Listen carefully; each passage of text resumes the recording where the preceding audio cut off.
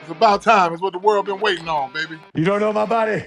You don't know my body. It felt good, being the pretty girl at the dance everybody wants. One of the largest human beings in our recruiting class, oddly enough, was the best dancer on the team. They called it Old Woody, the termite mobile, baby. Yeah. 88's down there somewhere. And my name gets called, and they have to call a timeout because I couldn't find my helmet. I'm sure people remember the Whitney Hotel situation. Just kind of talk us through that whole deal.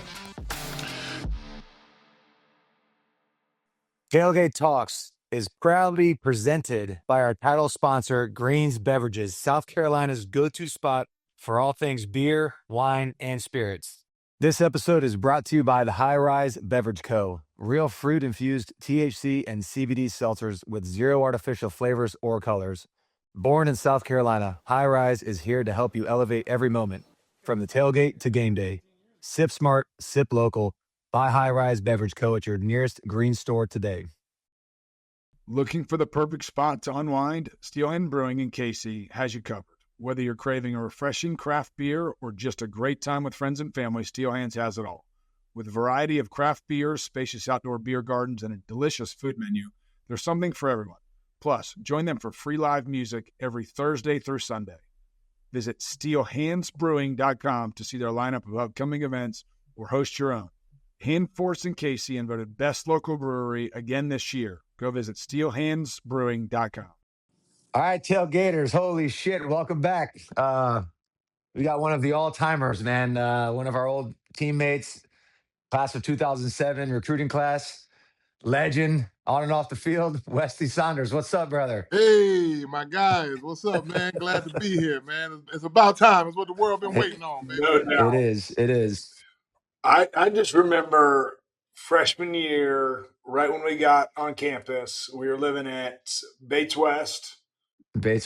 And Bates West had like a basement, and there were dance parties down in the basement. And one of the largest human beings in our recruiting class, oddly enough, was the best dancer on the team.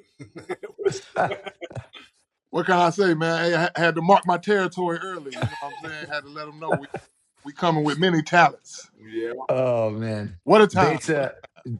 Bates West, that was an absolute shit show operation, but I'll tell you, I mean, that was maybe the best summer.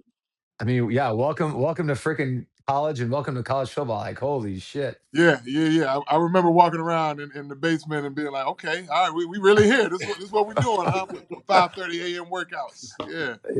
Yeah. Leaving to go hang out with Black Iron, leaving from Bates West to go get our asses kicked. That was fun. Hey, listen. There's probably not a week or two that goes by where I don't think about how I wanted to quit. I wanted to quit college when we first got there. Like, I don't think I can deal with this Black Iron guy.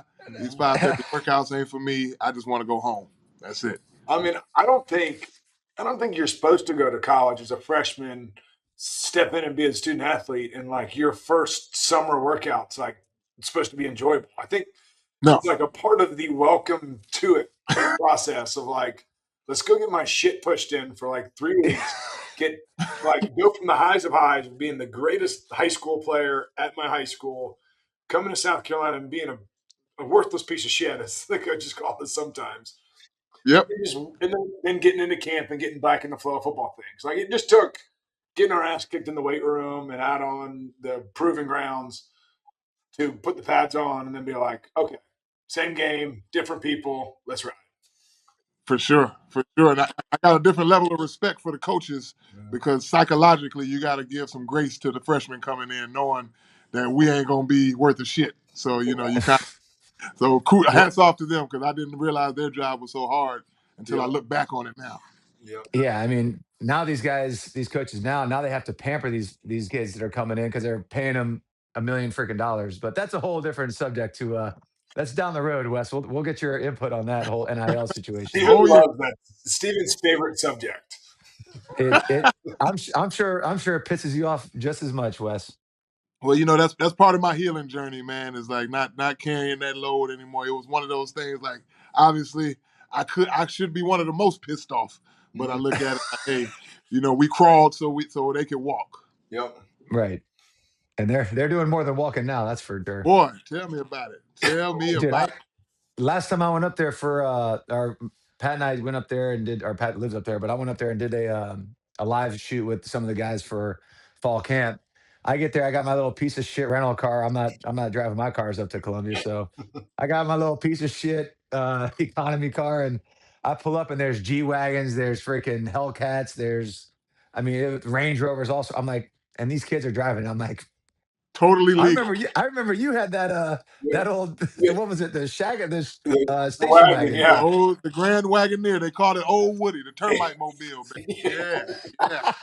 Riding in style, 1988. Yeah, older than me. Man, those things were unbelievable. I mean, yeah, that It was. builds character, though. It builds character. No I'm doubt. seeing some character development issues going on that could potentially take place with all this money exchanging hands so early.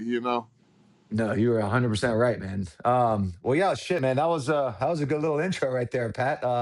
Let's get into this damn thing, huh? Well, like I Yeah. want to hear. I know a little bit about it, but the fans don't. But talk to us about like. I mean, you were one of the top recruits in the state of North Carolina. But talk about your recruiting process, like why you ended up choosing Carolina, and all that. Oh yeah, man. It felt good. Being the pretty girl at the dance everybody wants. Coach Spurrier coming to town. '07. It was one of those times North Carolina was on fire. Yep. My boy Culliver was right up the street. Melvin Ingram, Travian. North Carolina had a lot of guys, and I just happened to be a part of that. So it was a fun time. Recruiting. Spurrier was definitely always in the mix. I was always a fan of throwing the ball around, and he let me know he wanted to spread the field and get me the ball. I like hearing that. Yep. So. Fred Chatham, shout out to Coach Chatham coming Yeah. through, man, and doing his thing. But it was a tight race at the end. A lot of people don't know I actually committed to Louisville at first. After my official visit to Louisville, and Bobby Petrino and those guys, Feed the Studs, they had a whole thing going on up there with Brian Brome, and he ended up leaving. He ended up leaving early. I Yep. decommitted. I called Spurrier and told him I was coming, man. So it was pretty fun. Although I was, kind of toiling at the fact of staying close with Butch Davis and the Carolina Tar Heels. But I went on down south 3.5 hours, 85 south down to Columbia, Yep. and I heard they had this crazy gunslinger quarterback from Tampa that was supposed to be a pretty big deal. So I was like, you know what? Let's see what's going on down in Columbia. And then Bates happened, and you're like, holy shit, this guy's out of Yeah. his mind. Take me back. Louisville, what's up? Yeah, I was hearing stories about Steven before we even got there. You already had. I was still in high school, Yeah. hearing about Hey, your. cheers to that.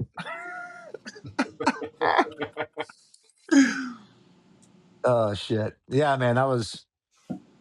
I'm married now, kids and everything. I gotta be careful what I'm saying and what is being said. No, Well, the real deal, Steven Garcia. But of course, our class, I just think has so many different personalities. DeMar Yeah, Carroll. see, that's what I'm saying. I catch a lot of shit. Don't think for one second he wasn't there partaking. who? Yeah, yeah, yeah. He was the silent assassin over Yeah. here. It's, Never seen him. Yeah, man, it was oh always a man. pleasure though hanging out with you guys, man. Dion LaCorn, Dante Nichols, my roommate Jason Barnes, Yeah. Culliver. It was cool to see everybody in there, and we were hungry too. We came Oh for. yeah. Yeah. Yeah, no, absolutely. Do you talk with JB? I mean, he's kind of kicking ass in the college coaching ranks. Man, I haven't spoken with him. We talk on Twitter, but I realize, obviously the life of a coach is super busy, and he got his thing going on. So I'm watching from afar. But yeah, I'm super proud of him, man. He's doing his thing, and I'm pretty sure he's gonna make his way to a Power 5 school soon. We had an unreal that '07 class was like so much fun. Like it was so many different personalities, like so much talent too. Like guys that brought so much stuff to the table. Shoot, we did have we had one of the tight ends that was in our class. He quit like the first week. What I was can't remember, but I know who you're talking about. Was It it was was a it few of those guys where you saw the was first it was it week and then was it the long hair kid? no.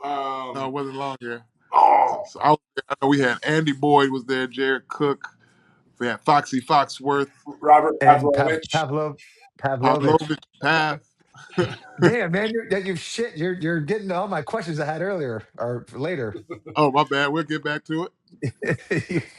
I mean, going like strictly to our class, Like it was such a good blend. There was a bunch of Florida guys, some Georgia guys, a bunch of South Carolina, North Carolina. It was kind of like just a nucleus of the Southeast that just got dumped in here. And it was like so cool how we all meshed, coming from different areas, different parts of town, and how like there was just no. I mean, I felt like in the first week we were there, we were like, all right, we got 4 years of this. Let's go, boys. Yeah. That's how you see a championship a team, being built from scratch. I saw it. I was there. I saw, the energy that everybody was so excited. Number 2, 3 recruiting class, whatever we had that year, and the excitement, it was permeating throughout the campus, and so we also felt like we had something to prove. And I think everybody came there with a little chip on their shoulder, like, okay, we're gonna be the ones to turn this thing around. And that's exactly what happened. We ended up playing in the SEC championship, and that's didn't win one, but goddamn close. Yeah, we left it better than we found it, and that's what we talk about that all the time. Absolutely. We got there, and there were like South Carolina was a 7-5, 6-6 type ball club, and we had a few of those years, and it just like slowly ramped up, and the process really took its form. The development really took its form. For sure. And that's something. I mean, we can just kind of jump into it. Like, the question was like, how was learning from like Cook and Andy Boyd and I mean even Foxy for that matter. He was just a year older I think than us, but and like Pav, like Coach Chatham, like just kind of just walk us through that and then kind of go from Coach Chatham to Coach Hunter because he was the next coach, right? No, Spurrier Yeah, was yeah, Lusky. Yeah, yeah. Coach Ray, Oh, Coach Ray was next. oh my Yeah. God, that guy. I'll never forget that guy. Oh, I thought he was a special teams guy. I forgot he was a tight ends He guy. was the tight ends coach, man. Oh Lordy. Well, Fun yeah. fact, I actually ended up playing for Coach Ray later in the AAF with Birmingham Iron. Oh He no became way! my tight ends coach in 2019 when we were out there for the second time. It's unbelievable. Man, One thing I remember about Coach Ray is like you remember how he had the Thursday night curfew. You're not allowed to yeah, be out past 10 o'clock or whatever it was. yeah. He was so cool because we saw him out in the Vista so many times. And he's I like, "You heard guys that. are supposed to be in bed," and I'm like, "You're not going to say a dang thing because I'm going to buy you a drink." And he's like, "Lips are sealed." Lip sealed. Hey, man, everybody had their own thing going on. It was just kept quiet back at Yeah. the time. No, not so much social media. Yeah, it was kept quiet for some guys. Other guys, not so much. There you go. There you go. Some people caught the short end of the stick when it comes to the publicity. But Yeah. it is true. Like you had like the two guys ahead of you when you got there as a freshman were two totally different human beings. Like Andy Boyd was a glorified left tackle playing tight end, Yep. and then you had Jared Yep. Cook who was a dominant X receiver playing tight end. And then Right. you're like, I mean, you weren't their baby, but you're kind of like a blend of it because you can put your hand in line and move people, but then you can also split out in the slot and you can make people miss and stuff in space. So it is a pretty cool dynamic how it all worked out. The best possible scenario. Like literally me coming in and a guy like Andy who had no focus other than blocking. Like he wasn't trying to run a route. He didn't care about the corner route. He wanted to put his face in your chest and move you off the line. And I needed a guy like that to kind of take me under his wing. And then you got a guy like Jared Cook who very very fast in the open field, route runner, former receiver. So I was able to learn a lot from both of those guys. I soaked it all in, man. It was great. Yeah.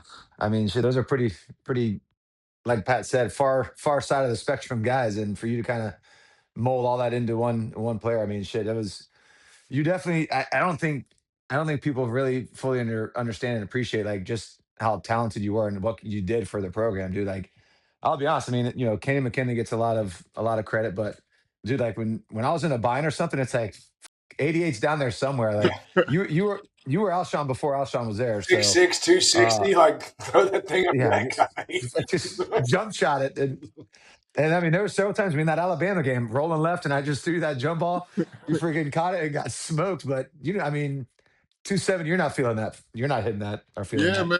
Hey, look, and of course, us coming in together, we kind of started to understand each other. I didn't have as much of a rapport with Blake Mitchell and some of the older guys, but me and Garcia, we spent time together. We learned each other. We understood each other. So just even that kind of communication that matters on the football field, that trust. Hey, I trust that Wes is going to make a play down there.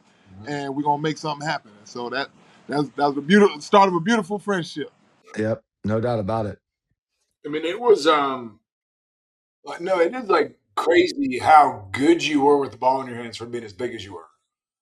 Like smooth, breaking tackles, like most big guys are like you look at who's the dude with Dwayne Washington? Is that the guy in Yeah. Pittsburgh now? For the Now, Steelers. yeah, now he's Yeah. like 300 something pounds, but like he catches the ball and it's like straight line as fast as I can. If you want to jump on this choo-choo train, jump on this choo-choo train. Yeah. But you It looks heavy. you'd run somebody over and then you'd also make the next guy miss. Like it was fascinating. Yeah, man. I appreciate it, man. That's something I always prided myself on, especially growing up. I tell people all the time I was too big to play football in my weight class. That was when they had a weight cap. So at Oh, yeah. 7 years old, I'm heavier than what the allowed weight recommendation is. So I would have had to move up and play with older kids. My dad wasn't having that. So he put me in gymnastics and soccer. And so for a few years, No shit. I was able to work on my footwork.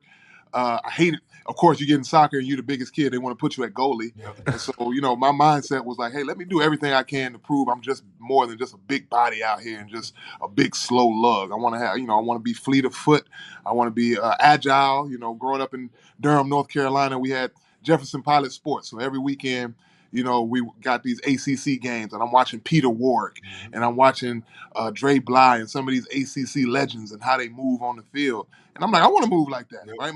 My body is just growing at an exponential rate, but I can still manage to move like that. So, it was something I always wanted to try out. And, of course, knowing that these smaller guys were going to try to take out my legs, I realized I Right. had to be able to move a little bit, else I was going to get hurt. Yep. Speaking of knowing your body, you remember that workout? I knew this was coming. You don't know my body. You don't know my body. I know you remember that shit. I had it. I had it. Like, I got asthma. I'm over here dying. You don't know my body. Whew. Who was it? I think it was Fitz that was going nuts, right? Oh, it was Fitzy. Yeah, Fitzy. He turned. I thought Black Iron was bad. I can appreciate Black Iron once we ran into Fitzy. Yeah. This was it was such a I mean, they were so different. Like Fitz was like strategic in how he wanted to kick your ass, where Black Iron just wanted Yes. to kick your ass. Yeah, there you go. Yeah, it's both. You both getting the ass kicking from both of them, but Yeah. one of them takes their time a little more. Man, that was still. I mean, between you and T Camp doing those gassers and the dominators, God, Dominant. if I never hear the word dominator again, I'll be fine. I'll be Those just things fine. absolutely, dude. Those things were absolutely miserable. And endurance, man. You Yeah. talk about something that could keep you up at night. Like, if I knew I had dominators the next day, I wouldn't think about nothing else that whole day but these damn dominators the next day. And, just the fear, because I was like, am I in good enough shape? I didn't know what, you don't know what being in shape is until you get in shape.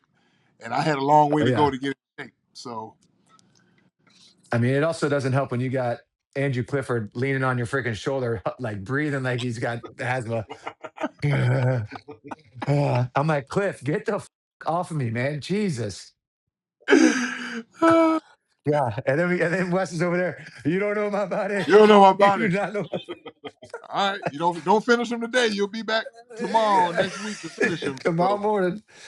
Oh, Shit. man. That was unbelievable, man. Once Unbelievable. again, Bill's character. Yep. Yeah, yeah. Let me ask you this, man. Since we're on that kind of subject of kind of getting our ass kicked, what was like your welcome to the SEC kind of moment? Oh man. It'd probably be I could go Kentucky when I fumbled at the 1 yard line, but that was just a welcome to college football moment. Welcome to the SEC moment was definitely LSU. We played at LSU freshman year, Yep. and we went there, and I remember how I don't think I had been in an environment that thick. It was, you could just feel it. They were ready to hate us. And it was raining a little bit. We get out there and we do the pregame warm-ups, and we get out, and the LSU student section is just brutal.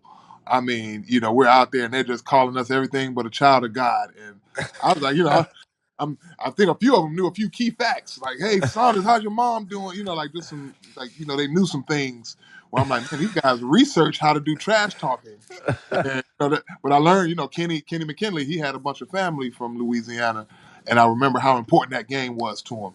And the fact that how they take football very seriously, obviously like we do in the South, but just being in that LSU environment, they had a great defense.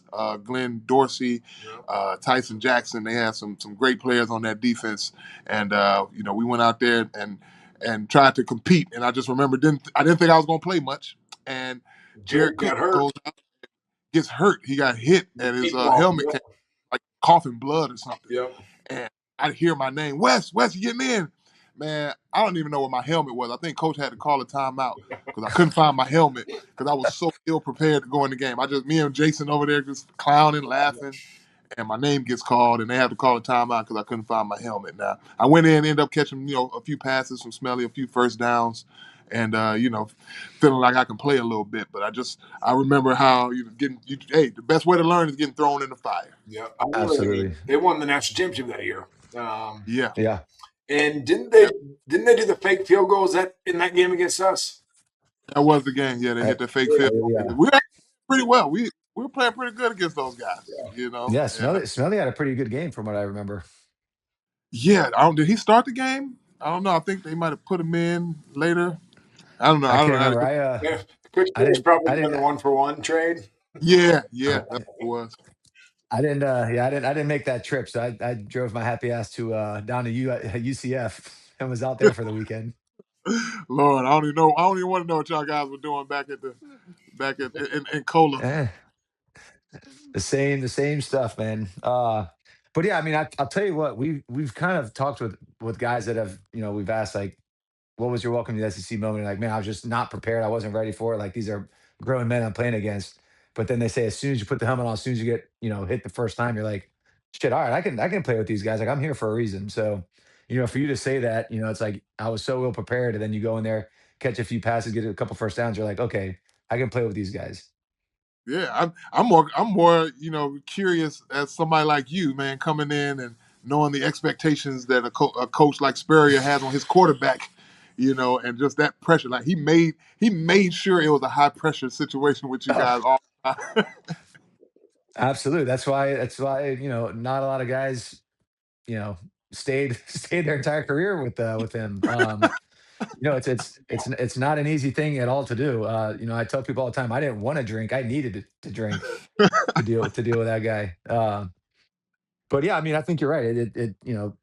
Pressure was definitely part of his game plan. And, it's one of those things. It's like, shit, I don't know if I can deal with this guy. I don't know if I can read a cover 2 and these guys are rolling a cover 3 and they're blitzing. I don't know if I can do this. You just put me in the game and just see what happens. And, you should have told Coach Spurrier to, hey, drop a blitz pickup. Like, how are we going to? Yeah, no shit. Besides going slide 90, like, let's re-mic this thing or do something else besides just slide and then throw a go ball to somebody. Throw it to the open guy. Okay, all right, cool, man. Gotcha. It's simple. Roger that, Coach. Yeah, it's not rocket surgery. It's not rocket surgery. Hey, listen. I still use that. All-time quote. Pat used that against me 30 minutes ago. I say it all the time. It's probably once a week thing. Hey, dang, it ain't rocket surgery. Come on now. People look at me like, what the hell is wrong with this guy? Like, this guy's an idiot. You don't understand. It's an inside joke. You don't understand. I catch myself sounding like Coach Spurrier way too often doing this quarterback training. I'll say some of the stuff he says, and it's like, oh my God, what am I doing? What have I become? Yeah, man. And these parents are just over in the background like, that's a really funny comment. I'm like, yeah, I know it is. It is actually pretty funny, but God, I hate it. You hated it at the time. You hate where you learned it. 100%. 100%. Hey, Gamecocks. At Granger Rowings, style starts with you. From custom fits to emerging brands, they offer a curated selection of women's and men's clothing for work, weekends, and every moment in between. Their stylists take the time to understand your lifestyle, then help you build a wardrobe that fits your needs and feels like you. Shop in store, downtown on Main Street and Trenton Plaza, or book a fitting online at grangerowings.com. Granger Owings, where personal style meets personal service. Listen up, Gamecock Nation. Meet your new favorite streamer, Deputy Smitty. A former police officer and diehard South Carolina Gamecock fan, Deputy Smitty brings action-packed content to life every night on Twitch starting at 9:30 p.m. Connect with him on social media by searching Deputy Smitty and join his growing community on Discord at discord.gg/Deputy Smitty. So grab a drink and catch the thrills, laughs, and plenty of Gamecock pride in every stream. Tailgate Talks is brought to you by JCQ Farms, a proud South Carolina family farm rooted in tradition and built on quality. Whether it's their premium beef, farm fresh produce, or their signature smoked meats, JCQ Farms brings the taste of the South straight to your table. Perfect for your next tailgate, backyard barbecue, or family dinner. Remember, always support your American farms because they are drying out each day. Support local, eat better, and stock up for the season. JCQ Farms, where quality meets Carolina pride. Well, Wes, talk about the first home game running out to 2001 in Willie B. You work all summer, high expectations as a freshman coming in. Talk about that kind of surreal experience of running into Gamecock Nation and kind of feeling the love. Oh, yeah. It was everything you signed up for, because obviously we came on our visit first to experience it, and then we kind of envision ourselves, and you do that little fantasy thing of like, man, what it'll be like when I get here and I run out of that tunnel. And, that was it for me, man. I don't even remember who we played. Maybe it was because I know we had Georgia on the road first, and maybe like Louisiana Lafayette or something, one of those kind of teams. I think it was Lafayette. And didn't Mark Barnes scored the very first game as a freshman? Mark Barnes, yes, he did. Right. Absolutely. I think on a 97, a slide right 97, I think. Yeah, just a slide on the back side at the 2 or 3. Yeah. Yep. Unbelievable. Man, that was a good time, man. And it was cool because, obviously you got a campus. Like now I can appreciate South Carolina's campus even more. We got the stadium right there. We got campus right up the road. Some of these schools aren't built the way we're built, to where everything feels like, college campus atmosphere. A lot of things are spread out. So even the proximity of the fans and the stadium made a huge difference. Like, after the game, we don't have a long drive. We're already back at the dorms, at the quads, doing our thing, getting ready to party and head to 5. I remember summer our freshman year, we all had U101. It was the very first class we took over summer, and it was like every single one of us were in that class. God bless that professor. I think that was the first. That was June. That one class in June, and then we took theater, and it was almost the exact same group, all 30 same people. Same shit. I try to explain to people how it was just us being on campus with other athletes during the summer, and nothing to look forward to but workouts and something maybe going on.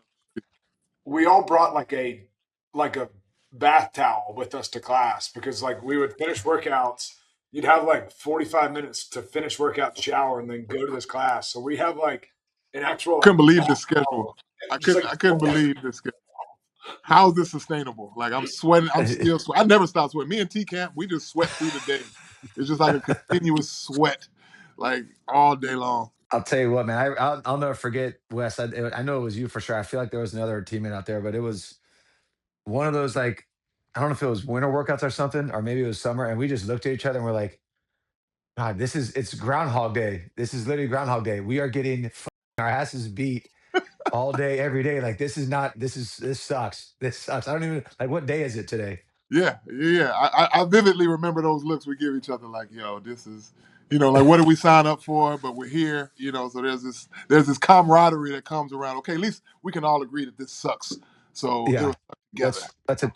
And let's get this shit done and get over with and kick its ass back a little bit. And then fall comes around and we win a game in Willie B, and then we're out in 5 points, and all those memories, all that hardship goes away. This is what we do it for, boys. This is what we do it for. Yeah. It's maybe it doesn't suck that bad. Exactly, man. So on the other end of the spectrum, what's your opinion on the hardest stadium? I know you said LSU is kind of a brutal atmosphere, but where would you say is the other hardest part? Hardest place? Hardest place, man. Tennessee was pretty rocking. They had some. It was pretty live there. I remember that vividly. But yeah, I probably have to give it to Tennessee. Other than LSU, Alabama wasn't as bad as I thought it was going to be. Tennessee probably was up there. Georgia, Athens. I think Athens was pretty. Athens Yeah, was tough. Yeah, I think we fared well in Athens, though. We won we our did. freshman Yeah. year, and then junior year we lost. Right, end of the game. Yes. Yeah. Yeah. And Rainey Karen, or how do you say his last name? Yeah, Rennie Rennie. Curran. Yeah, he picked Yeah. the pass off, didn't he? No, Yeah. I was getting ready to throw it to Wes, and he freaking tipped it off. He tipped it like he didn't pick it. He tipped it. That's still, that play still bothers me because, Oh, for whatever reason, Junior took me out of the game for the 3 plays prior to that. And, we've been cooking all game. And I remember yeah. watching the back, I remember the announcer saying, like, hey, I think, I wonder why Saunders is not out there. And, of course, I go back in the game. It's almost like obvious who we're going to throw it to, so. You scored in that. You scored in that game too, didn't you? Run a drag route across the right side and score. No, not quite. I didn't score that one. I had we got to the goal line. Yeah, That's right. The goal line. Yeah, I think B-Mad scored. B-Mad. Yep. it's crazy. B-Mad, be glad. I don't remember many of our games. Like when I sit back and just try to reflect on our games. I don't remember many of them until we start talking about this game when we played here, and I'm like, oh, it's coming back. CTE is a real thing, but it kind of fades every once in a while. Yeah, it's just like you can if you close your eyes, you can remember the smells. I remember Athens being so crazy that night. And it was hot, so humid, and this is the first time I ever had to get an IV. Like I had been hydrated before, but this was something I had never experienced. So this is the first time I get an IV at halftime. We're playing well. We cooking. Me and Garcia got a thing going on, and I come back out, and we're on kickoff return, and I realize I got a piece so bad. And so I'm like, man, I'm already drenched in sweat. Nobody really knows. So on the field, I'm letting it flow right there on the 35-yard line, waiting on kickoff return in front of the whole Athens, Georgia stadium. Nobody knows. Yeah, because everything's wet at this point. I'm sure you're not the only one to piss themselves on that. I can't be. We need to talk about these things more because I know there's somebody else out there doing this shit. Yeah. Well, I had a guy when I was in Atlanta. Oh, his name was Kamal Ishmael. It was in a preseason game, and he shit his pants. And we're red top, white bottoms, and full on doo doo stain. That went viral. Yes. Oh yeah, no. I remember seeing that. I remember walking over to the sideline. I was like, "Hey, do you realize you shit your pants?" Clean up on aisle 9, bud. Oh man. That's another thing. Got to watch what you're eating before these games, man. Kids, be careful if you're wearing white pants.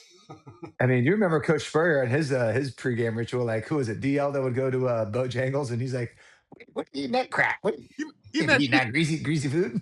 Yep. I wish I would have known. That's another thing. I wish I'd have known more about nutrition when I was there than I do, obviously now, because some of the stuff we were eating before the game, what we were consuming was very counterproductive for what we were trying to do. So, no doubt. That's. I mean, we'll definitely talk about that down the towards the end of this thing. I'll talk about what you're doing now, but let's. Now, before you get to what you're going to get to, talk about one or two of your favorite games when you played at Carolina. What are the ones that you remember most? Well, of course, the wins.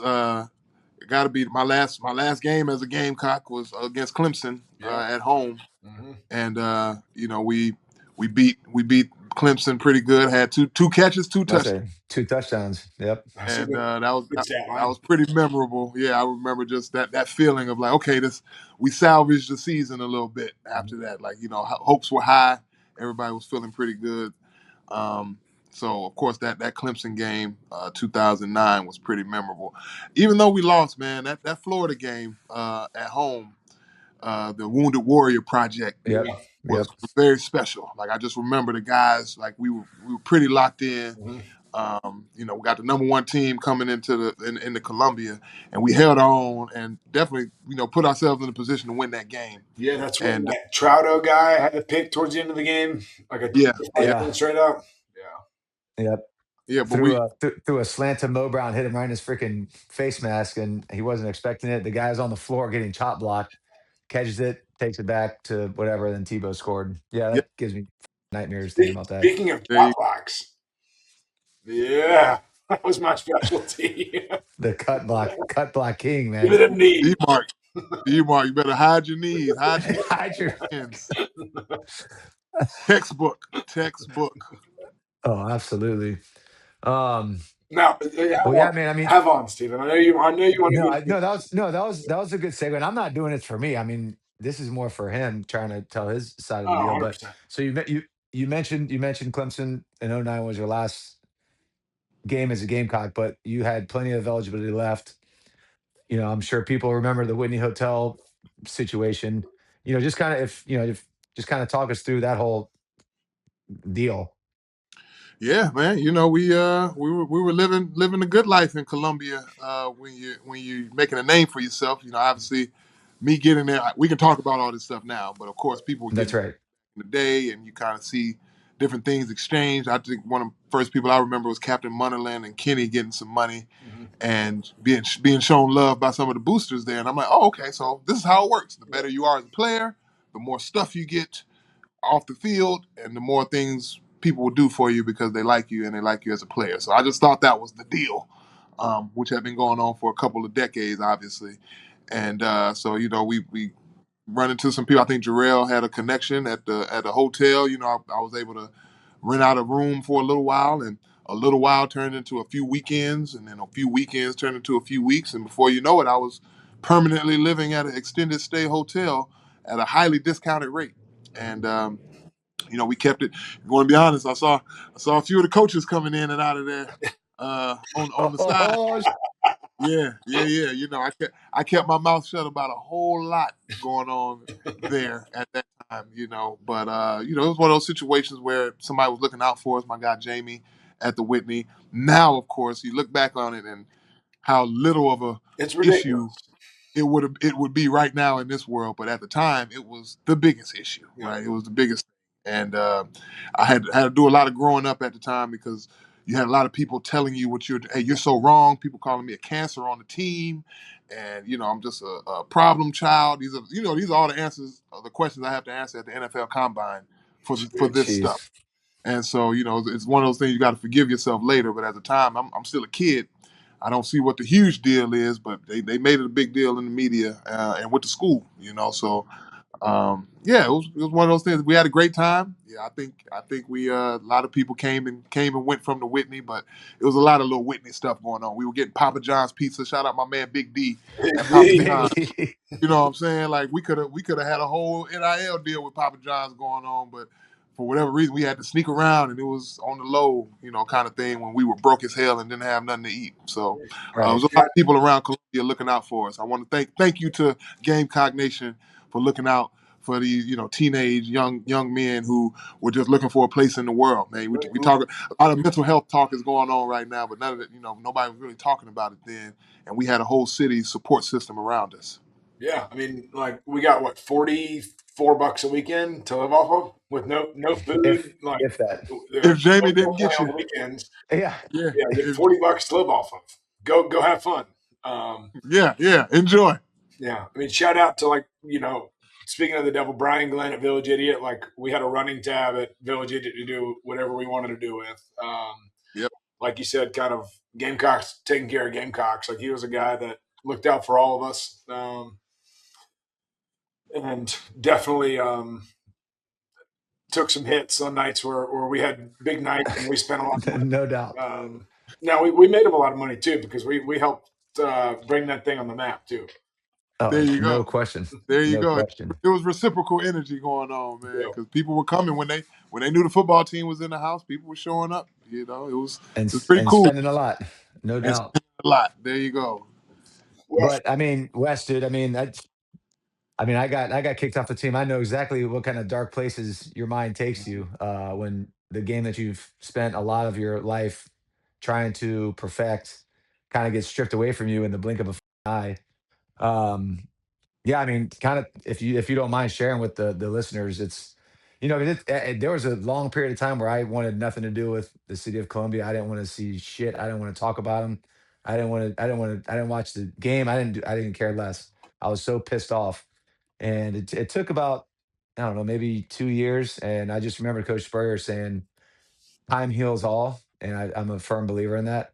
So, just kind of having that mental fortitude. It's like, I have nobody else to blame but myself. It is what it is. Kind of pick your shit up and, what are you going to do? Quit life? What you got? I got kids and shit. Like I gotta provide. So, just kind of talk about where you were at that stage and like how you kind of fought through it. And I mean, obviously successful now and played in the league for a couple of years. I mean, you made a success story out of it, and just kind of tell some listeners how that went about.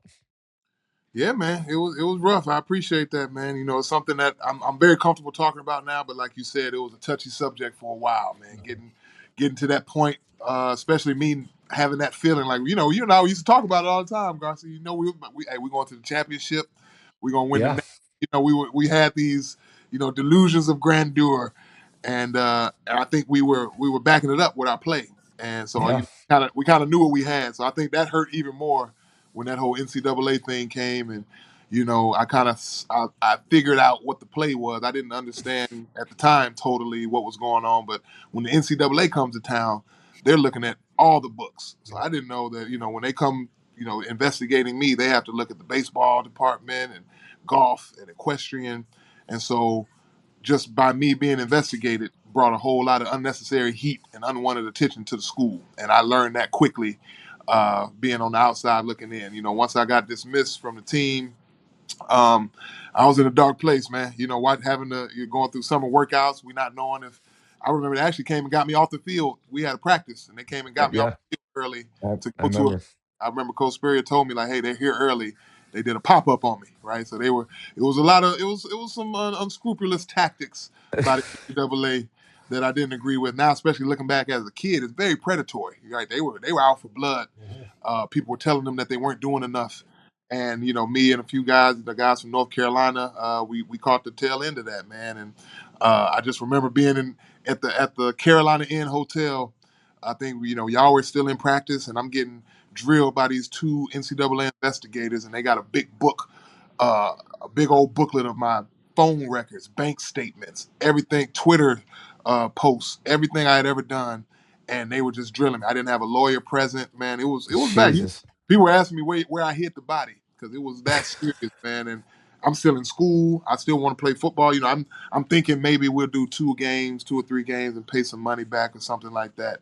And when I got that fateful meeting with Jennifer Stiles and Oh God. and the whole team, and them telling me, "Hey, we're going to dismiss you from football from the school. You can still be in school, but you're going to be dismissed from the football athletics program."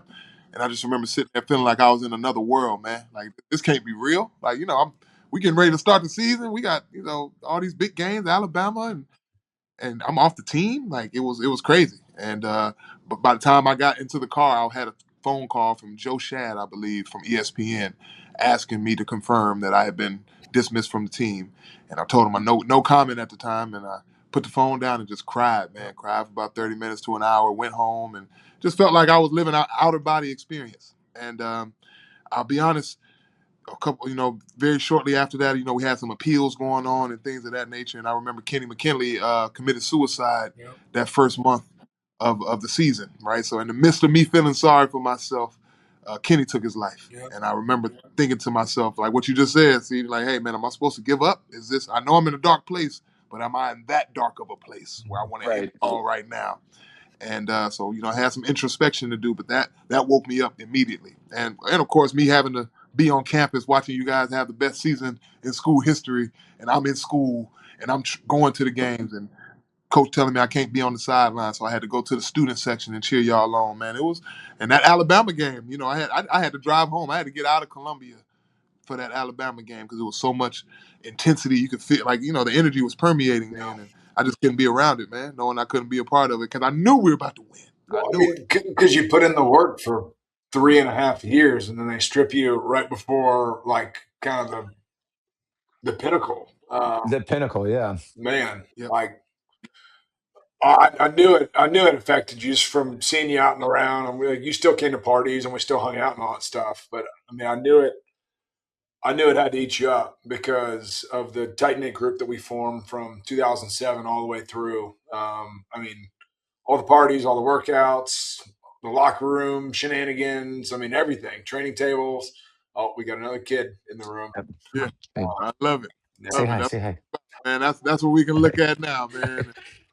Look back and say it was all worth it. But at the time, man, that hurt, man. Watching you guys out there, everybody looking crisp. We had kind of got our thing down to a system. Like it was. Yeah. I kind of how we were operating was like, oh man, we got some dogs on defense. We got a quarterback who ain't scared of shit. We got key role players like DeMarco, who I know DeMarco is gonna go out there and do what he needs to do. So I just know I've been on some good teams. I've been on some bad teams. Yeah. Me knowing how good of a team we had and knowing that sometimes the X factor being in the game could make a difference, right? Me and Alshon in the game at the same Shit. time.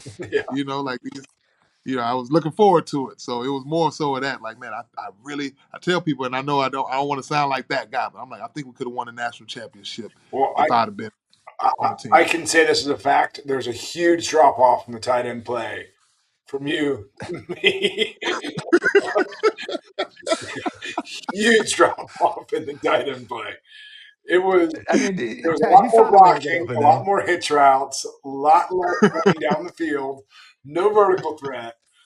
Hold on, War Eagle. You got That some was War the Eagle in you. backfield. Boy, you But I'll Pat, tell you you what, did. and this is Kudos to you. Kudos to Pat for coming in and stepping up, man. Like doing his thing. Didn't ask no questions. Just went and did it, man.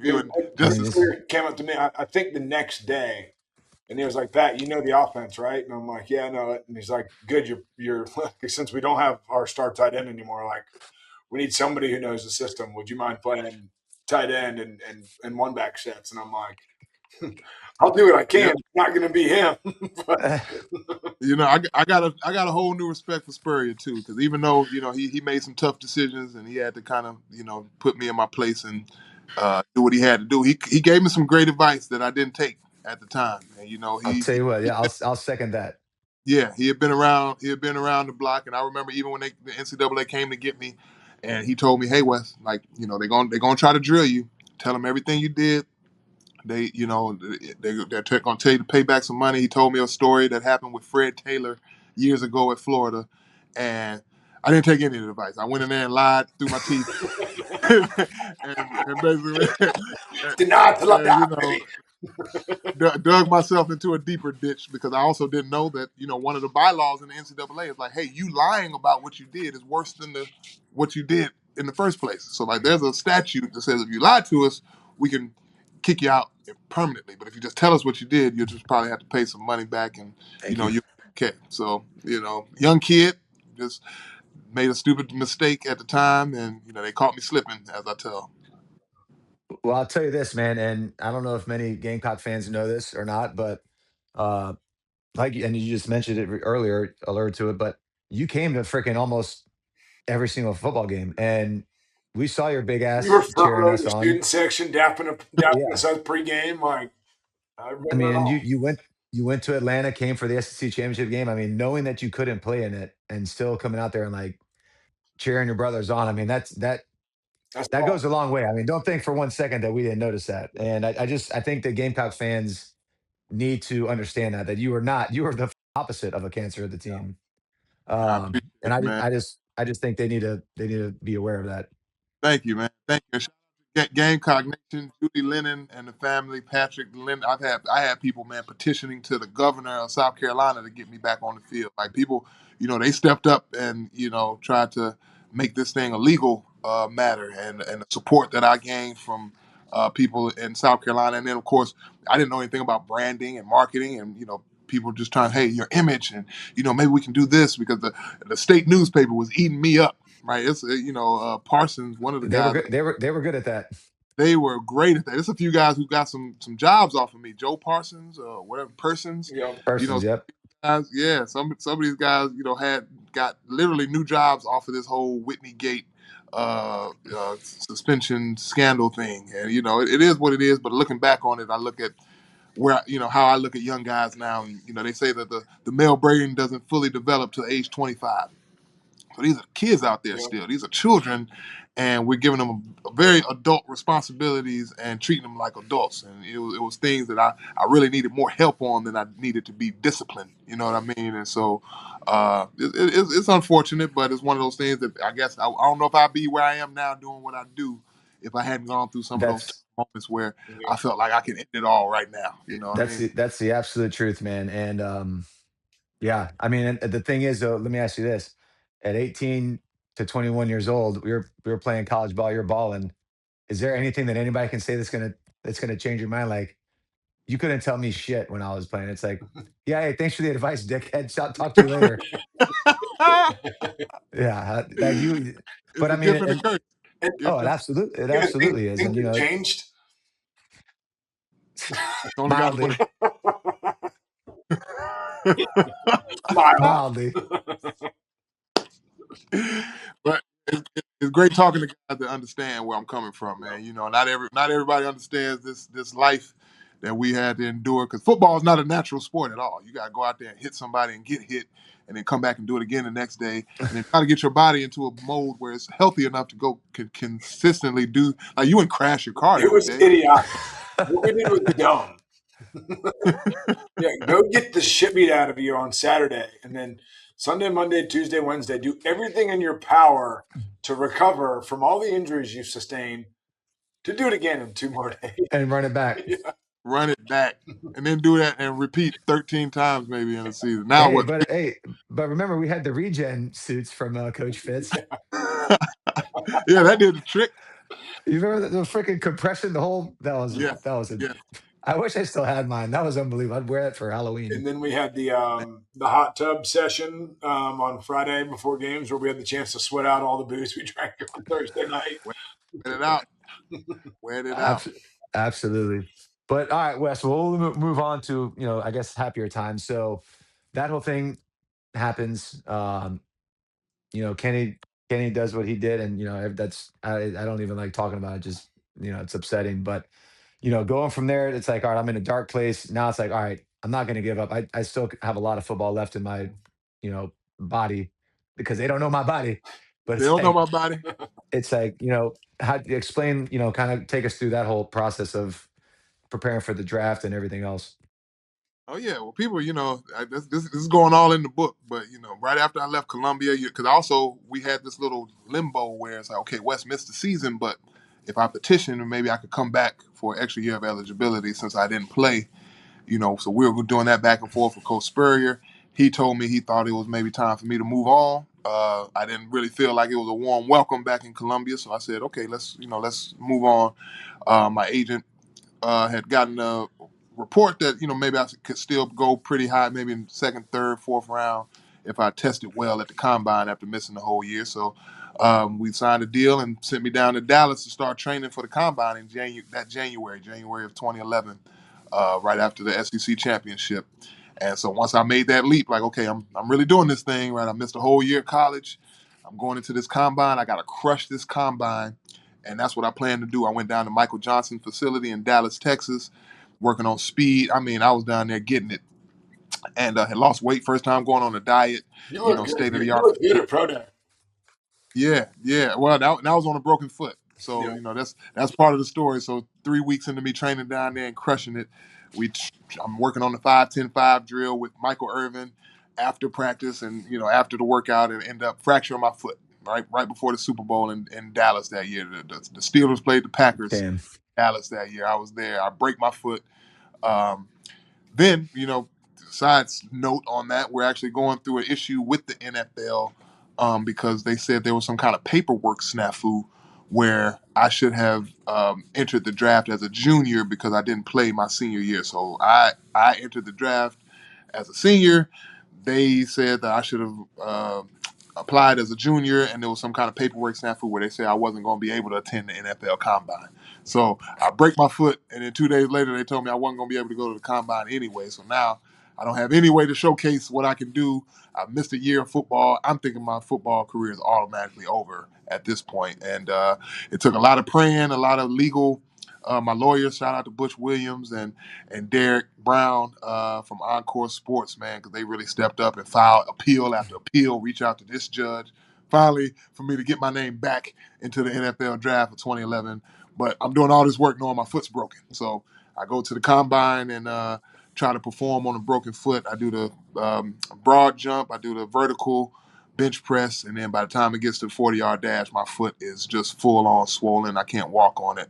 And they had to announce over the loudspeaker that Weslye Saunders is out of the combine. And I just remember looking up into the stands and seeing all the coaches doing the X's on the paper. It was like a guy we hadn't even heard about in a year, and now we're about to see him, and now we hear that he can't even compete and show us what he got. So I just remember that feeling sitting in Lucas Oil Stadium with a big pack of ice on my foot, thinking this could be the end, And by the grace of God, that NFL lockout went on for another 3 or 4 months, which was enough time for my foot to heal up, even though I didn't get drafted. And, ended up getting a call from the Pittsburgh Steelers for training camp, and the rest is history, man. Yeah, I mean, that is incredible to go from. I mean, if you would have left as a junior, you probably would have been a third or fourth round pick. And Yeah, then people don't remember. I don't know if y'all remember that time I got in trouble. I missed a team meeting going I into do remember. the senior year because I was thinking about going to the draft. We had just played Connecticut in the damn Papa John's Bowl. miserable. And I don't know if y'all remember, Mo Brown went off on everybody in the locker room, went off on Spurrier Jr. It was crazy. How could we forget? Yeah, I had never seen Mo like that. So shout out to Mo. No. But that's what I was thinking. Like, hey, maybe I might want to make the move, and I was thinking about it. I missed some team meeting, and coach suspended me for a couple days or something in the off season because I missed that meeting. And I don't know if that's when 18 tight ends went in the draft. Gronk, Aaron Hernandez, everybody left. So just by me coming back in the law of numbers, I came back as the number one tight end that next year just by sticking around. So Yeah, yeah. I mean, you go from being a top dog to getting hurt at the combine to not being able to really compete even at pro day to going to Pittsburgh, being undrafted, but playing in 16 games as an undrafted rookie. Talk about It's wild. the team and the culture in Pittsburgh, because that's like that's like the pinnacle, like one of the top organizations at that time. Defense, Big Ben, I mean, just dudes everywhere. But then also like overcoming all the adversity that you overcame to finally get there. Talk about those. yeah, that was amazing, man. Couldn't have gone to a better organization. I tell you that. Shout out to James Daniel, my tight end coach, who came to the pro day in South Carolina. And I don't know if you remember, I'm out there performing on a broken foot. Shout out to Coach Spurrier for letting me come back for pro day. Yeah. First of all, you didn't have to do that. Came back, and I'm performing on a broken foot. Everybody there knows my foot is broken, and the Steelers put me through the hardest one-on-one workout. Like the coach, he did not. It was almost like he was pushing me harder just to see if I was going to give up because my foot was on fire. It hurt so bad. Every move, every cut I made was just 100% pain. And months later, for them to be the first ones to call me after the lockout, it proved that that's what they were watching. Coach Daddy, he came to see if I was tough, to see if I could battle through adversity. And from what I understand, that was a pinnacle moment for them to decide if they wanted to bring me in. And I was the only undrafted player to make the team that year. Of course, undrafted, you got to put quotes around it because I don't look at myself as an undrafted player. I believe I had the talent to go first round. Yep. A lot of people went through their own instances and issues for them to slide or drop. I didn't want to use that as an excuse. I actually used that as jet fuel. So when I went out there, I had something to prove. Thankfully, I had a guy by the name of Bruce Arians as our offensive coordinator, a great offensive mind who was slinging that thing around. And it was very cerebral. I had to learn hot routes. I had to learn, as I said, we had a whole season of NFL lockout. The lockout ends on July 26th or 7th. Yep. I'm up in Pittsburgh on the 28th. Camp is over August 15th. We had about 17 days to make the team. 4 games, 17 days. I hadn't played football in over a year. I was a little sloppy. I'm looking back at some of these games, that first preseason game against Washington, they could have cut me right there, right? It was like football was brand new for me again, and I'm playing in the NFL. So thankfully, they took their time with me, as you're supposed to do in the preseason. That's why the preseason is so important. Yep. By the 4th game of the preseason, I scored against the Carolina Panthers back home in North Carolina, score a touchdown, make some big plays on 3rd down, and they end up keeping me behind Heath Miller and cutting a few of the other veteran tight ends. So, I really had to go out there and make the team. Yeah. So that made it even more fulfilling for me. Yeah, I mean, like Coach Tomlin, is he as much of a hard ass as everybody makes it seem, or? Yeah, he is pretty much.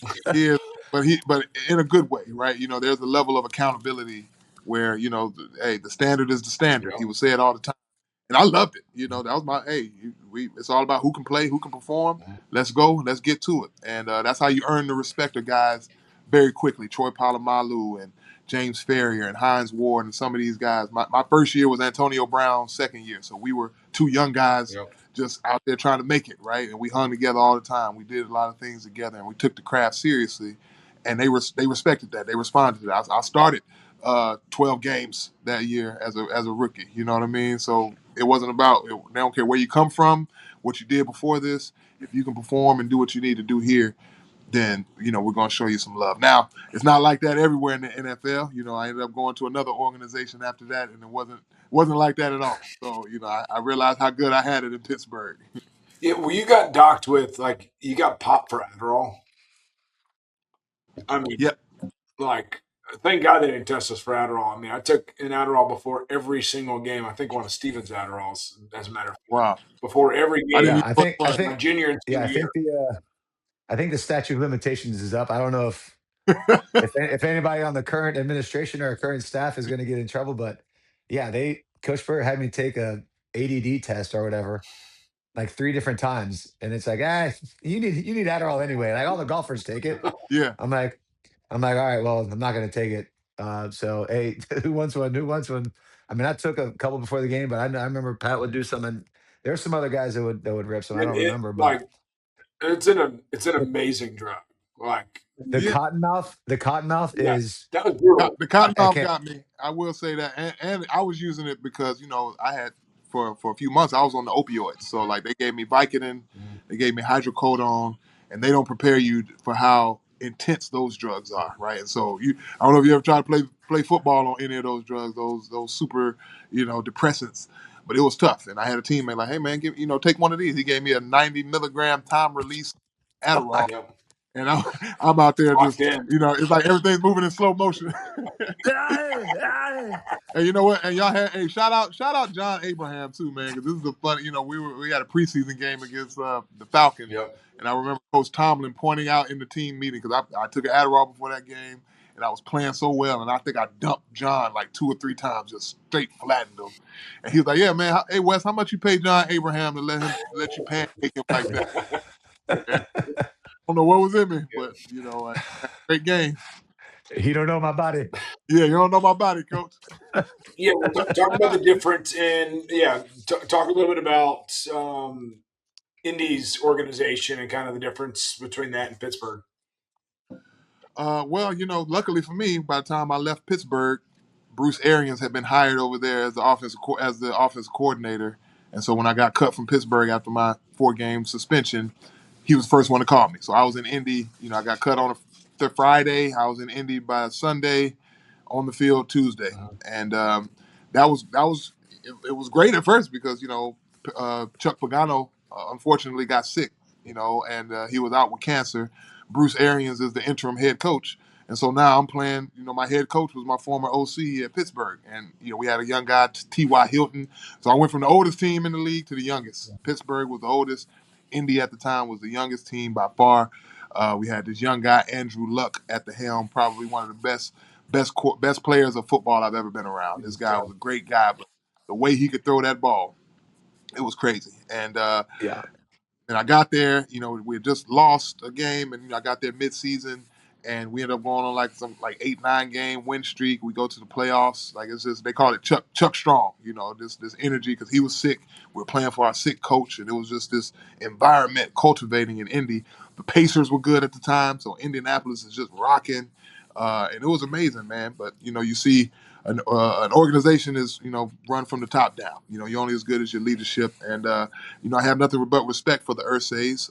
But, Big Ursay was doing his thing in Indy. He liked to party just as much as some of the players, if not more. And, that was kind of evident with some of the things that they were doing, some of the moves that they were making. So I just saw that, some people's approach to the business of football was a little bit different. And Indy wasn't as warm and family oriented. And, no fault of theirs, but, Pittsburgh was just different. Yeah. Well, you had like a 6-year hiatus. And then you came back, and like you said earlier, you played for the Birmingham. What were the Birmingham what? Broncos? Iron, yeah, nah, I'm Iron. strong, baby. I mean, 6 years of not playing football and then strapping back up. Like, was it freeing? Was it nerve wracking? Was it just like, what was it that kind of spurred you after that long to say, "F it, I'm going for it"? Well, I tried to get back in the league for a while. Some people would use the word blackballed. Something went on where one day I got cut and never got a call back, and you kind of wonder what's going on. And we had a few agent reach out to some teams, and they were like, "Hey, well, I don't know who's daughter you mess with or what happened, but these guys are not messing with you." I couldn't get a workout. At one point I was working out, Patriots, Seahawks, almost signed with the Seahawks, made the decision to go back to the Colts. And that's one of those things where I tell guys, man, you got to make the best decision for you. I made one of those decisions where I made the most comfortable decision going back to Indy, to a place where they had already showed me that I was disposable. It's all about the money. You know that, Pat, when you get there. I'm playing behind Kobe Fleener and Dwayne Allen, two great guys, but they weren't better than me, but they had spent more money on them, right? Yeah. Second round, third round picks.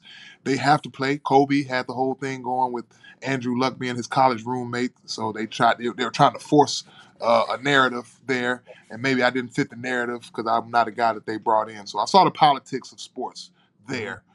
So me leaving, I was still working out, still hoping I was going to get a call sometime because I just figured my size and natural ability was going to at least get me a shot somewhere. Yeah. So stay ready. They told me about this new developmental league they had started with Charlie Ebersol. They had several teams. Coach Spurrier was going to be coaching. I Yeah. actually saw Coach Yeah. Spurrier orientation for the AAF. Hey, Wesley! Hey, what you doing?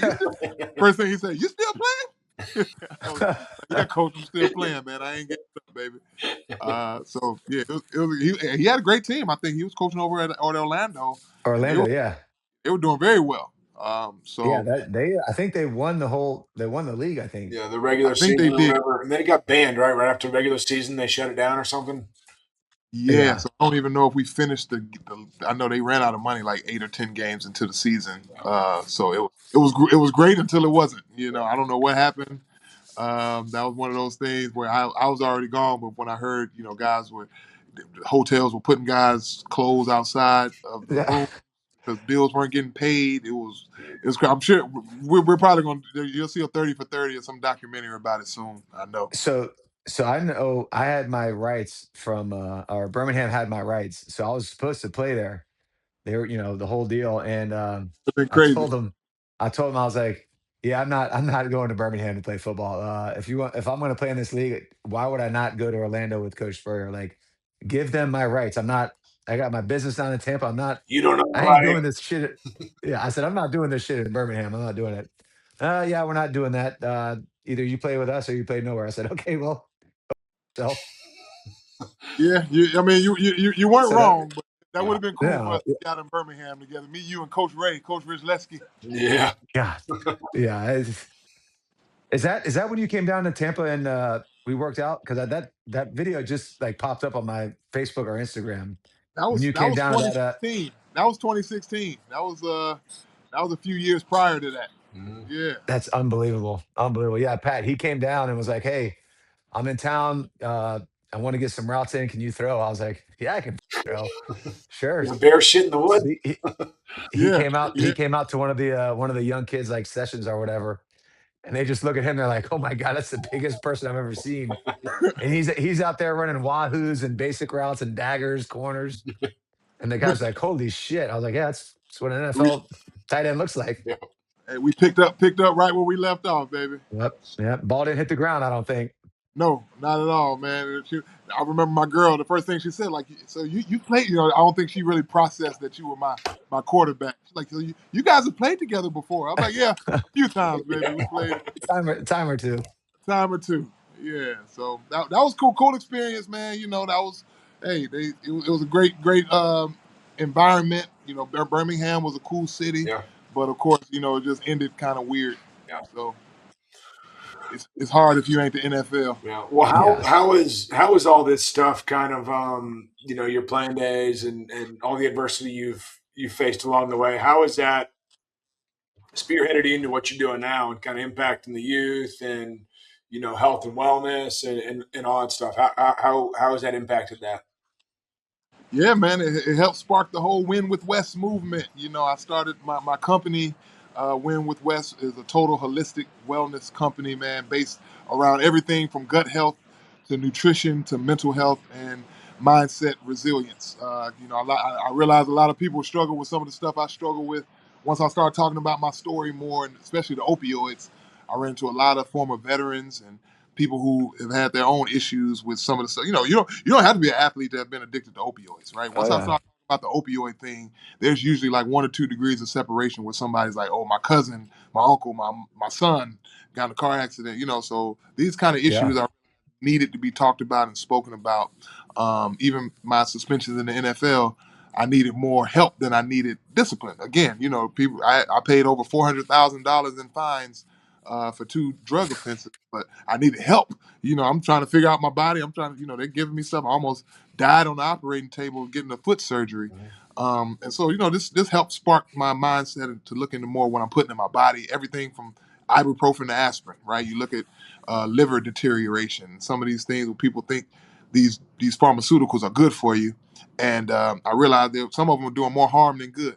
And so that's when I started looking into holistic methods of taking care of your body. Obviously, us playing in the South, North Carolina, South Carolina, we drinking sweet tea and Bojangles, and ain't nobody drinking no green juices and thinking about beets and alkaline foods. And so once I tapped into that, I started feeling better, losing weight immediately. I was always a heavier guy. I don't know if y'all remember me coming into South Carolina, but it was one point I remember threatening Spurrier, like, "Yeah, you might as well just put me in tackle if you ain't gonna throw me the ball." And he looked at me like, "Yeah, we might. Yeah, you already 293. You ain't that far to go." So that's what Remember those Gatorade shakes we used to drink? Oh You my know how God. many calories were in that stuff, man? Like those were, I mean, How it was much sugar was in that? sugar and calories. Oh my God, I didn't. No wonder I wasn't losing weight. I'm looking at the scale, like, what's going on?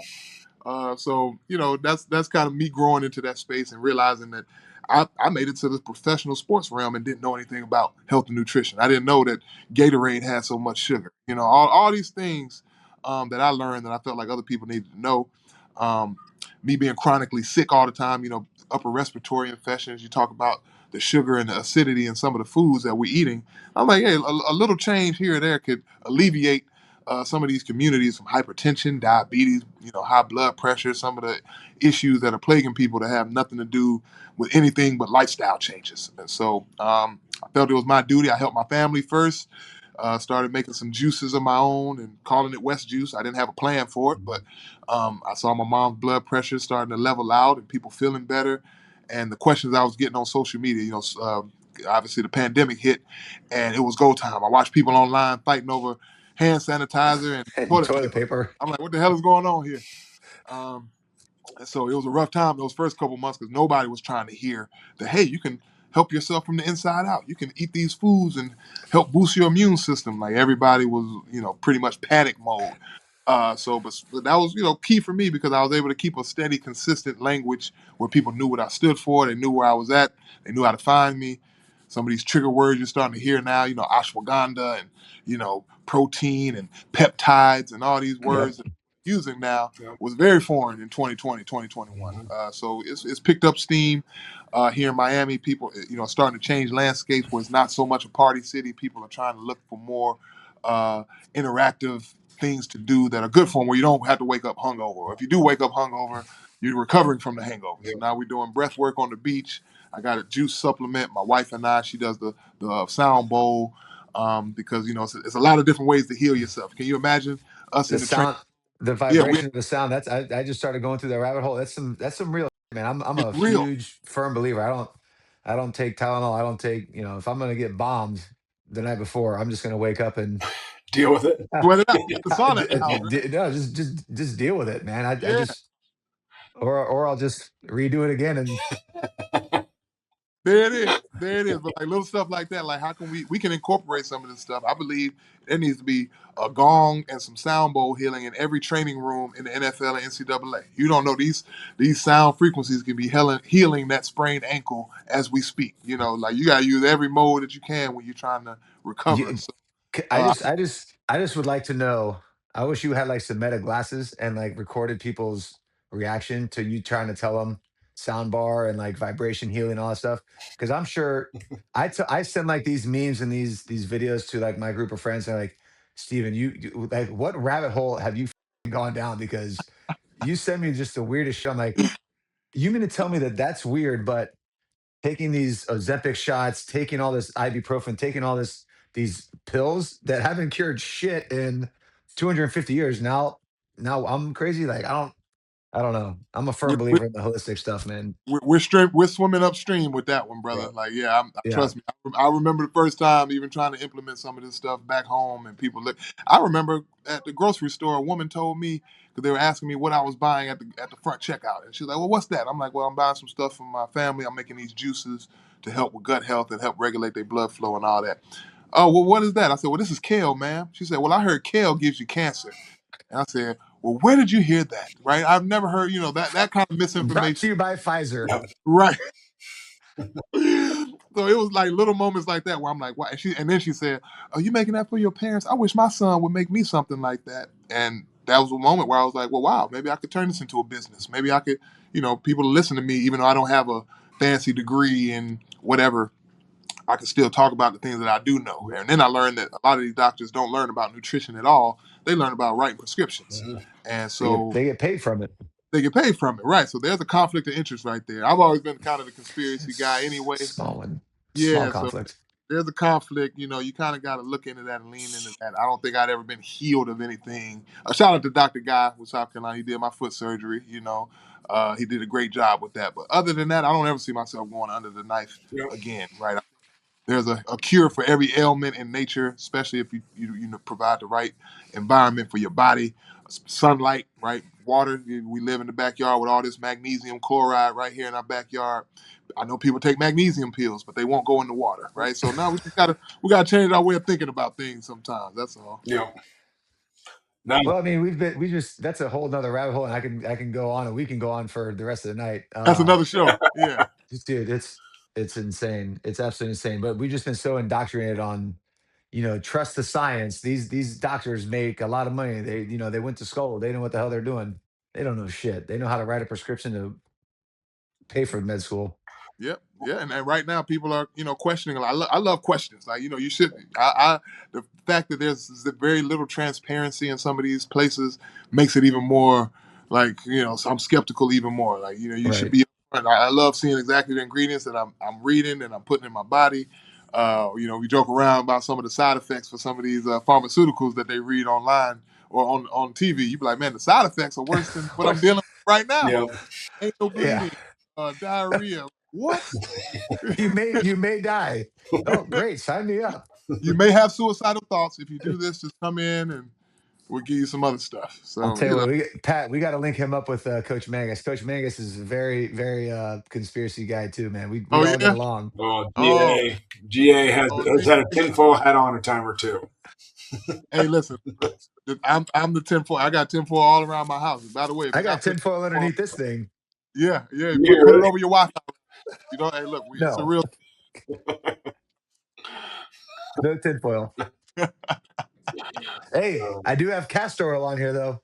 There you Castor go. oil. You know what time it is, man. Like Oh little yeah. stuff like that, man. Little stuff like coconut oil. I don't use anything on my body now other than coconut oil. So Yep. Well, shit, that's a there you whole have nother. it. Hey, win with Wes, man. So let me ask you this. Is that your, like, how can people get a hold of you? Yeah. How do they hire you? How do they, walk us through that? Yeah, just go to my website, weslye.com, Weslye, and we got the whole setup on there, man. I've done corporate leadership retreats. We also I'll save this tidbit of information later. I got a TV show coming out soon that I'll be able to share more about. Heck yeah. Soon, once I get over the details of this non-disclosure agreement, but I think that it's going to be pretty big. And but yeah, Weslye.com, man. You can sign up for a consultation. I'm doing one-on-one coaching now, man. A few teammates of mine have been my first clients, one-on-one coaching, man. So we talk about mental health, we talk about resilience, we talk about some of the trauma. Another thing I've dealt with, man. we play around with some of these guys for so long. We're in locker rooms with men, and we have no clue some of the kind of struggles these guys have gone Oh through yeah. in life and in their early life. And when I talk about struggles, I'm obviously you hear about sexual assault and you hear about some of the stuff that's been done to women, but a lot of underreported or unreported things that happen to men that we never speak on. And these guys go on to become successful in life. They might be your boss, they might be a CEO somewhere, but they're still dealing personally with things they've never gotten over, and it gets dark, right? Oh, That's why I'm here. I go to some of those dark places with guys because I've been there. So it's not like I go there and I'm scared to go there. right. I can talk with you and I can follow you down any kind of little path you want to go down because I've been there. Shout out to my kids too. I had two lovely children, Sebastian and Cameron, who are both 11. But that's another thing I dealt with, right? Having two women pregnant at the same time. My son was born in May, my daughter was born in August, and it was a huge PR storm when I was with the Colts. So I had to deal with that. So I tell people all the time, most of my most embarrassing moments were for the public to see, right? It Yeah. was all public knowledge. It was on ESPN, it was TMZ, and I had to face the fire. There was no place to run. And that was probably the best thing for me because now I realize that there's no place for me to run, right? There's no need to run. You got to face up to all your stuff, man. Take accountability, and that's the quicker you can get over things. Yeah. Yeah. And now you're helping the next generation of for all intents and purposes, degenerates. I mean, that's how I look at it. Yeah. Shit, I'm looking at these guys like shit. I know you guys are gonna try to do the same shit I was doing. I'm just trying to tell you, like, maybe you shouldn't do it maybe as egregiously. Yeah. Maybe tone it down a notch. Kind of look over your shoulder every now and then and make sure because everybody's got a phone now. So And they it's respond that's to it. They respond oh to those real stories, man. Hey, we love absolutely. Steve. We came up with obviously we were Tim Tebow, and everybody loved the. I just did everything right all my life, and no knock to Tim. I trained out in Arizona with Tim. He's a great guy, but if you want to keep it real and you want to be real about some of these instances, and I talk about my quarterback, right? I talk about Steven having gotten in trouble before we even got there. I'm like, my man wasn't even on for a month or two, and he's already making the news, and Yeah. you Shit, know the first 2 weeks, I think. first 2 weeks, I remember like, damn, that's called making a statement, man, making your mark. Yeah. So, but you can come back from it. Like it's not the end of the world, man. Everybody, and most people have a lot deeper, darker things that they're hiding anyway. That's what Miami No taught me. doubt. Know No about doubt. Miami secrets all around this place, mass in a $10 million home. So Yeah. I'll tell you what, before I forget, I noticed you had the wired AirPods. I keep telling I got to get the wired ones. I don't like the frequency going on. listen, man, I'm all It's a about real that. thing. It's a real thing, man. I mean, They're talking I about the don't care. 6G coming next. They're saying they're going to be able to implement the technology into our body so the 6G will take place. So now we'll be intertwined with the robot realm, which, Oh Uh, gosh. that robot's gonna be like, what is wrong with this guy? ah, Take me back to 5G. Get me out of here. take me back. Hey, listen, you don't know my body. You don't know my body, robot. Ah, All right, Oh let's shit. do these rapid fire questions and wrap it up. I'm getting tired, let's do boys. it, man. We can do this all night, man. I feel like we Oh. back on Back at the dance floor. back on the dance floor, baby. Chugging a few beers. All All right. right, Pat, go ahead. Start us off here. All right. Favorite jersey combo back in Carolina. Ooh, I like the garnet on garnet. Okay. I think what do you call it? Fire ants? Yeah, I think fire so. ant. Toughest DB you faced In college, overall. overall, toughest DB. Oh man, Tyrann Matthews pretty good. All right. Well, obviously the quarterback's going to ask that question. The fullback's going to ask a different question. Who's the toughest DN you had to block? Ooh, toughest DN. Probably That's a good uh one. it's a couple, man. JJ Watt and Chandler Jones. Chandler Jones was long, long, long. And but you remember, Georgia? his brother, they know all that damn Yeah, John. jujitsu. John Jones, yeah. So him and rest in peace, my teammate Arthur Jones. Those guys taught me a lot of hand to hand combat. Yep. You can get that down, you got it. All right, loudest stadium. Loudest stadium. Probably Tennessee. That's fair. That Halloween game was nuts. God, that Your was camera guy nightmarish. was a Yes. saint. He would show the girls Yes. with the least amount of clothes on a jumbotron. I'm like, we're getting our ass kicked, but God, Yeah. it's so hot. Hot. It's a good thing Man. I'm wearing a girdle. Yeah. Oh shit! All right. You didn't hear that. All right. One word to describe Gamecock fans.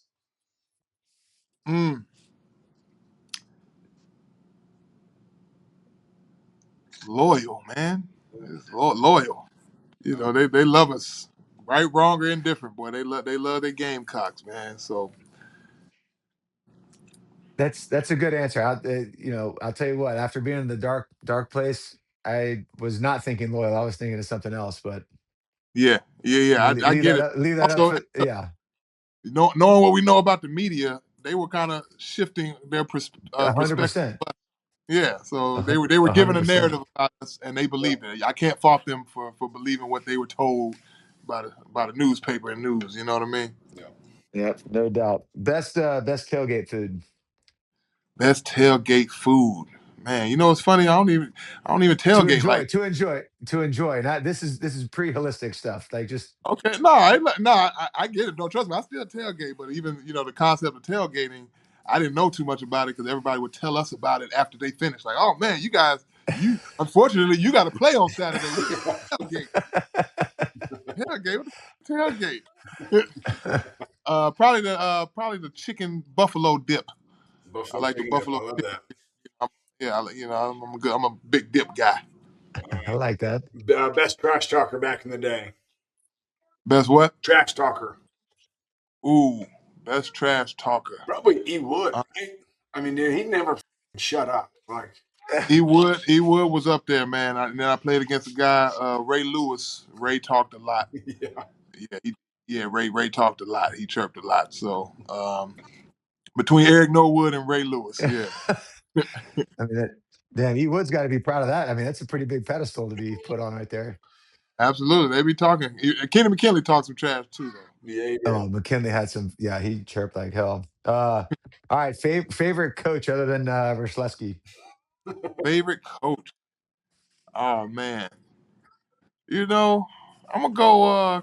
We're gonna go strength and conditioning coach. We're gonna go Coach Fitz. yeah. He was on. I turned my body around with that guy. Like going into that senior year, I'm running the stadium steps, and we doing the dominators and the bull in the ring and all this shit.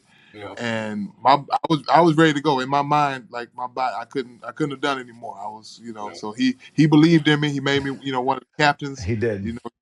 So I had never looked at myself as a workout warrior. So that guy placing that on me, let me believe that I was capable. So yeah. Fitz How about was special. Like, he was yeah. really good. Fitz was? Yeah, no, he absolutely was. Real quick before we finish this thing up, have you guys seen Coach Joe? What he just posted? Yes. Looks like sickening. He doesn't even look like the No. same person. So I messaged him baim. I was like, Huge. "This is not you, man. This is AI." Well, he like, lives "Nah, in the man, weight. I mean, you can well, see a no, jawline. Like, you can actually yeah, see, no, like, he boom. cut. He said he was 245. He's 205 right now. Yeah. Wow. He's 7% He body did- fat from like And he said, 18, 19. and to what you were saying, Wes, he's like, I said, "What'd you do?" He's like, "Change my diet. That's it."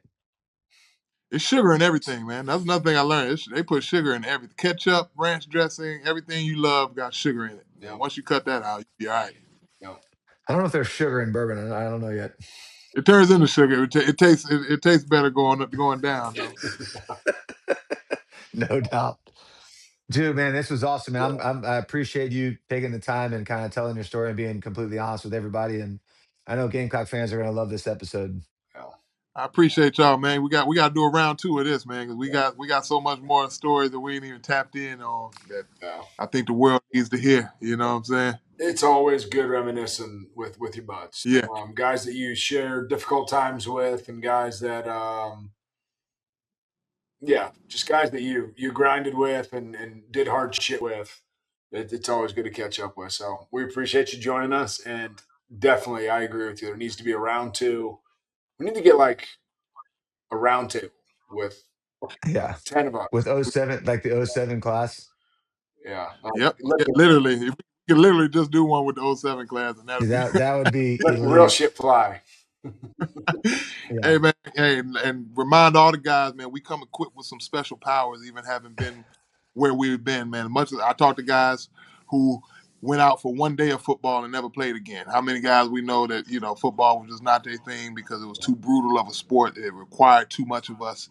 And now that I'm doing, some of this coaching stuff and really diving into mindset, I see how much of a disadvantage it is for people who didn't play on sports teams. There's a lot of guys who you might have graduated summa cum laude or valedictorian, but you didn't learn how to play well on the team. You didn't learn how to communicate with people who were different than you. Even talking to some of the guys that we have, Lottie and, some of the guys with these accents from South Florida and Riverdale, Georgia. And I'm like, what are they saying? What are you, learning, hearing how they talk. So just being around you guys, man, and being around so many people from different backgrounds, it was a beauty, man. And I'm glad I was able to be a part of it. Yeah, we're all better because of it. We appreciate you. Yes, sir. Appreciate you guys.